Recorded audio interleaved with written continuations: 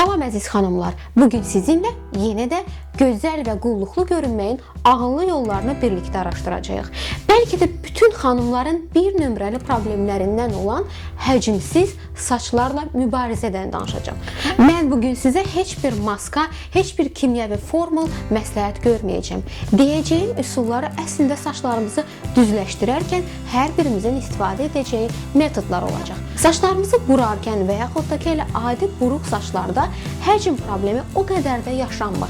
Amma biz saçlarımızı düzləşdirərkən və yaxud da ki, elə düz saçları olan bütün xanımlar bəlkə də zamanla saçlarının həcimsizliyindən şikayət edirlər. Yaxşı, gəlin birlikdə araşdıraq görək, saçlarımızı özümüz ev şəraitində qurudarkən və yaxud da ki, düzləşdirərkən necə həcmli edə bilərik? Necə edə bilərik ki, saçlarımız zamanla, yəni bir müddətdən sonra yapışıb baş dərimizə yapışmasın, həcimsiz hala düşməsin. Birinci üsul, saçlarımızı yumaqdan başlayır hər şey. Yəni saçlarımızı yuyub şampunladıqdan sonra əgər saçlarımıza balzam və yaxud da ki, kondisioner vuracağıqsa, onda biz mütləq nəzərə almalıyıq ki, balzamı baş dərimizə, baş dibinə vurmamalıyıq. Yalnız saçın özünə və saç uclarına tətbiq etməliyik. Belə olanda birincisi, saçlarımız, yəni baş dərimiz daha gec yağlanacaq, daha gec çirklənəcək və üstəgəl saçlarımızın həcimsiz görünməyinə səbəb olmayacaq. Baş dərisinə vurulan balzam saçları həcimsiz edən səbəblərdən birincisidir. İkinci üsul isə saçlarımızı qurudarkən olacaq. Əgər hava fenlərindən saçlarınızı qurutmaq üçün istifadə edirsinizsə, nəzərə alın ki, adi düz duran vəziyyətdə saçlarınızı qurutmağınız o qədər də düzgün deyil. Saçlarımızı qurudarkən elə məndə başı aşağı şəkildə qurutsaq daha yaxşı olacaq. Saçların bu formada qurudulmasıyla çalışmalıyıq ki, saçlarımızın bitmə, hər bir tükünün bitmə istiqamətinin əksinə olan formada saçlarımızı qurudaq. Belə olanda saçlarımız köklərindən öz bitmə istiqamətinin əksinə quruduğuna görə, elə bu formaya yatdığına görə başımızı dikəltdikdən sonra saçlarımız əvvəlkinə nisbətən kökündən daha həcmli olacaq.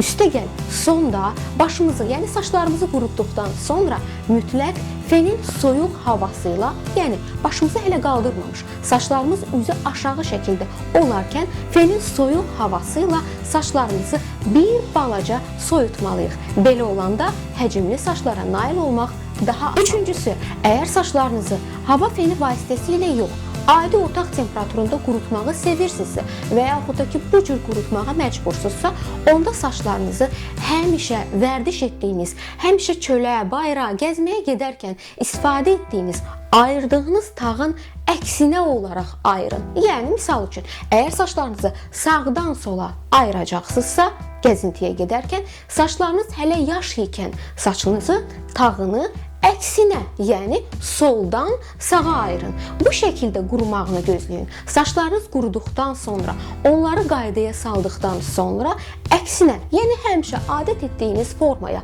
ayıra bilərsiniz. Bunda saçlarınızın, yəni saç tağınız olduğundan daha həcmli olacaq. Dördüncü üsul, saçlarınızı fenlə düzləşdirirsinizsə, onda çalışın ki, ümumiyyətlə saçlarımızı hər birimiz etdiyimiz kimi hissələrə ayırırıq. İlk olaraq aşağıdan başlayırıq, sonra orta saçları, sonra bir qədər yuxarı saçları, sonra isə mərkəzi saçları, yəni başımızın düz ortasında olan saçlarımızı düzləşdiririk. Məhz bu prosesdə, misal üçün saçlarımızın orta hissəsini düzləşdirərkən çalışın ki, düzləşdirici feni birbaşa saç kökündən üzü aşağıya doğru çəkməyəsiniz. Əksinə, saç kökündən daha həcmli etmək üçün bir balaca saç düzləşdiricini kənara və yaxud da ki, yuxarıya doğru meylləndirməklə saçımızı düzləşdiririk. Saçımızın qalan hissəsini isə üzü aşağı şəkildə dartaraq düzləşdirərkən saç köklərimiz isti olduğundan üzü aşağıya meyllənəcək və saçlarımızda heç bir həcm olmayacaq. Buna görə də saçlarımızı dibindən bir balaca qaldıraraq düzləşdiririk. Qalan hissəsini isə əlimizlə tutub üzü aşağıya doğru düzləşdiririk. Nəyə görə belə edirik? Çünki saçlarımızın uc hissəsini düzləşdirərkən əlimizin dəstəyi ilə saç köklərimiz üzü aşağı meyllənməyəcək. Beşinci üsul, saçlarınızın daha yuxarı hissələrini düzləşdirərkən düzləşdirici fenindən istifadə edirsinizsə, saçlarınızın bitmə istiqamətinin əksinə düzləşdirin. Misal üçün, əgər saçlarınızın sağ, yəni başınızın sağ hissəsində olan saçlarınızı düzləşdirirsinizsə, bu düzləşdirmə prosesində feni əksinə istiqamətdə, elə saçlarınızı da əks istiqamətdə meylləndirin. Meylləndirdikdən sonra, yəni düzləşdirmə işini bitirdikdən sonra hardasa 1 dəqiqəyə qədər saçlarınızın bu istiqamətdə soyumasını gözləyin. 6-cı üsul, saçların həcmli görünməyi üçün ən əsas mərhələ məhz burada başlayır. Yəni, başımızın ön hissəsində, üzümüzün ön hissəsində olan saçlarımızın necə düzləşməyindən çox şey asılıdır. Bu hissədə bəzi xanımlar elə salonda olan saç ustaları da böyük bir səhvə yol verirlər. Yəni, saçları ortadan ayırıb, sağ tərəfi ayrıca, sol tərəfi ayrıca bir formada düzləşdirməyə çalışırlar. Amma saçları mərkəzdən ayrılmamış bir formada, yəni üzü aşağı, üzə tərəf, simaya tərəf formada düzləşdirdikdə, daha sonra saçları ayırdıqda saçlar kökündən daha həcmli olur. Ümumiyyətlə, əvvəlki qaydalarda dediyim kimi də məhz bu hissədə saçlarımızı düzləşdirərkən üzümüzdə toplanan düzləşmiş saçlarımızı qoyuruq ki, bir müddət soyusun. Soyuduqdan sonra saçlarımızı rahatlıqla öz istədiyi formaya qaytara bilərik. Nəyə görə biz belə edirik? Sualınız yarana bilər.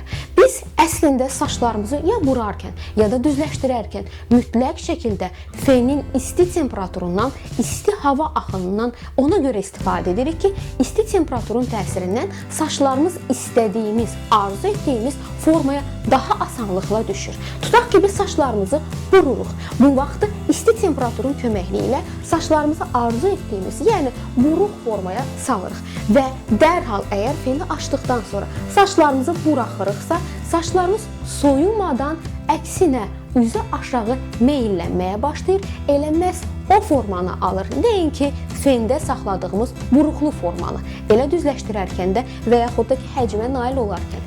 Yəni, biz saçlarımızı isitmişik. Bu o deməkdir ki, saçlarımız biz deyən formaya düşməyə hazırdılar. Çünki onlar isti temperaturun təsirindən daha yumşaqdılar, daha sözə baxandılar. Biz saçlarımızı isti formadan geriyə verməklə hələ sözə baxan olan, isti formada olan saçlarımızı bitmə istiqamətinin əksinə yox, elə həmişə vərdiş etdiyi formaya qaytarırıq. Bu o deməkdir ki, saçlarımız bitmə istiqamətinin əksinə formalaşmadığı üçün həmişə vərdiş etdiyi formada isti şəkildə soyumağa başladığı üçün heç bir həcmdən söhbət gedə bilməyəcək. Sonuncu bir məqam, evdən çıxarkən saçlarınızı düzləşdirmisiniz və müəyyən bir müddət evdə bəzi işləriniz var. Evdən çıxana qədər saçlarınızın formasını itirməməsi üçün tutaq ki, sağdan sola ayıracağınız saçı əksinə ayırırsınız, kiçik bir saç sancağı ilə saçlarınızı bənd edirsiniz, bu cür formada ev işlərinizi və yaxud da ki, hazırlığınızı tamamlayırsınız. Evdən çıxarkən saç sancağını ayırmaqla saçınızı istədiyiniz formaya geri qaytarmaqla saç tağınızı həcmli edə bilərsiniz.